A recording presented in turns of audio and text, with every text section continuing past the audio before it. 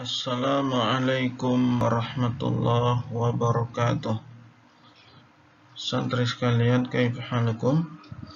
Alhamdulillah kita bisa bertemu pada pertemuan perdana kali ini, ya, membahas tentang satu topik yang cukup menarik. Sebelum masuk ke tema pembahasan, kalian simak slide berikut ini, ya. Nah, ada yang mau baca? Kepada yang terhormat manajer PT Gerbang NTB Emas di tempat, dengan hormat, sudah capek saya bikin lamaran, uang habis untuk beli map dan fotokopi. Saya sangat berharap kali ini saya bisa diterima. Kalau Bapak tidak terima, saya doakan Bapak kena azab dunia akhirat. Hormat saya memang. Nah, ini salah satu contoh surat lamaran yang beredar. Ya, bagaimana pendapat kalian tentang surat lamaran ini? Sudah salah apa benar? Sudah benar apa salah? Ya, surat ini jelas salah, ya, salah susunannya, kemudian bahasanya, kemudian yang tidak kalah penting adalah isinya, ya. Lanjut ke slide berikutnya.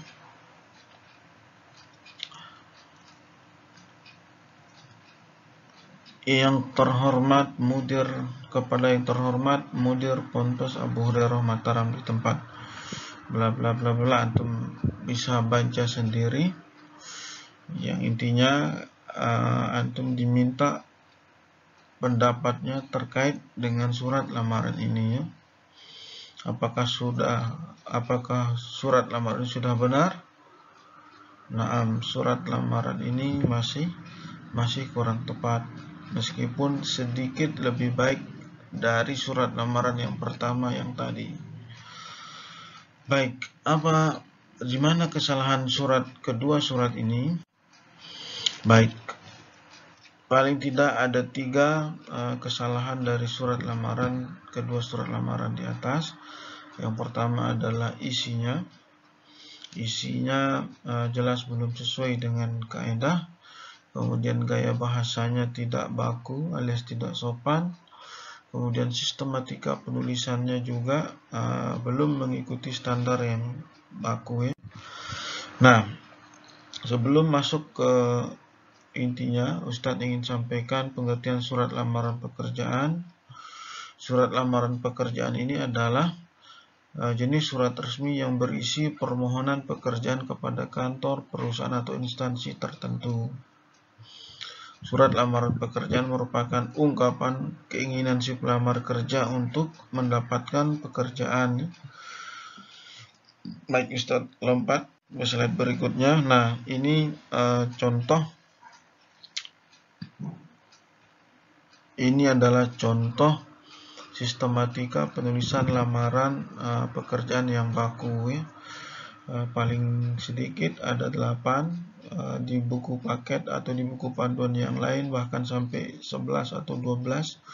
Tapi Ustadz sampaikan yang paling minim yang harus ada di surat lamaran pekerjaan, ya minimal ada 8 ini. Yang pertama ada tanggal suratnya. Antum bisa lihat Blora 5 Agustus 2020. Kemudian ada lampiran dan halnya. Yang ketiga ada tujuan suratnya. Yang keempat salam pembuka dengan hormat atau Assalamualaikum warahmatullahi wabarakatuh, ya. Kemudian yang kelima alinea pembukanya mulai dari menanggapi iklan. Kemudian yang keenam isinya itu yang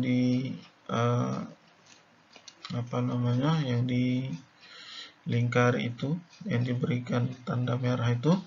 Kemudian alinea penutup yang ke-7, dan yang terakhir adalah nama terang dan tanda tangan. Nah, minimal ini yang harus ada, ya.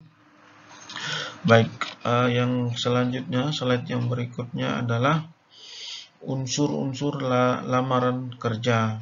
Ada 3 hal. Yang pertama adalah tesis. Tesis ini pendahuluan.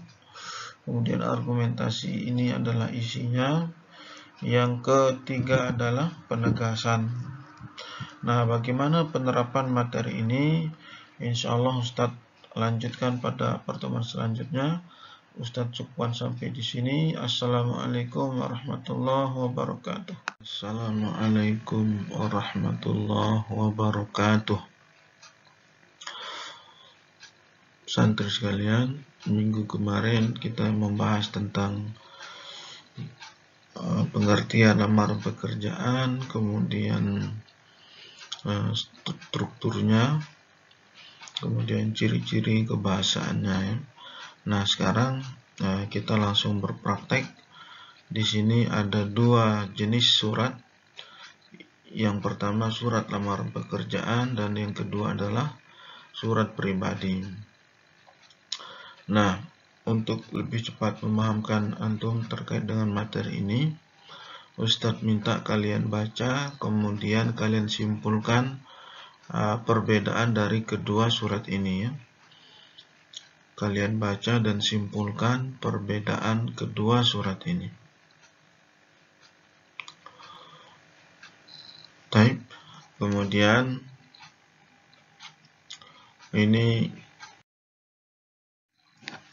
slide berikutnya. Setelah kalian berhasil menemukan perbedaan kedua surat itu, langkah selanjutnya adalah kalian diminta untuk membuat atau menjawab lowongan pekerjaan ini ya. Lowongan pekerjaannya berbunyi, dibutuhkan seorang ustadz bermanhaj salaf dengan kriteria: 1. Hafal Al-Quran 30 juz. 2. Diutamakan lulusan Timur Tengah atau Libya. 3. Aktif berbahasa Arab lisan dan tulisan. 4. Gaji di atas 2 juta. Nah, bagi Anda yang memenuhi persyaratan, silakan mendaftar ke Ponpes Abu Hurairah Mataram. Ya, lowongan ditutup tanggal 30 Oktober 2020 misalnya. Ya, silakan menghubungi nomor yang ada di situ. Kemudian formatnya mengikuti format yang sudah kalian pelajari pada minggu yang lalu. Silakan dibuka kembali.